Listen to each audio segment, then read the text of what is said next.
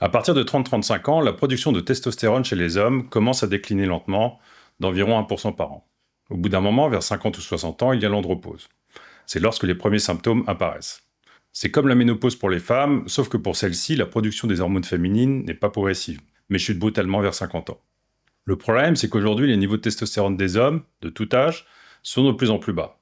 Et certains se retrouvent à moins de 30 ans avec des niveaux de testostérone d'hommes de 50 ou 60 ans. Et cela a plusieurs conséquences. D'un point de vue physique, c'est la diminution de la masse musculaire, la prise de poids et le stockage de graisse. Et puis, il peut y avoir la gynécomastie ou les syndromes.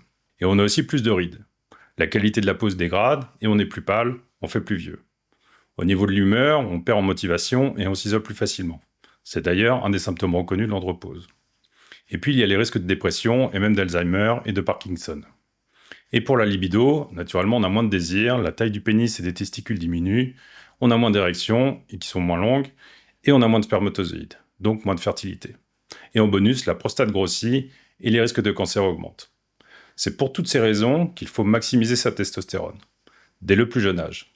Non pas pour se doper et avoir plus de muscles, mais pour fonctionner normalement en tant qu'homme, aujourd'hui et plus tard.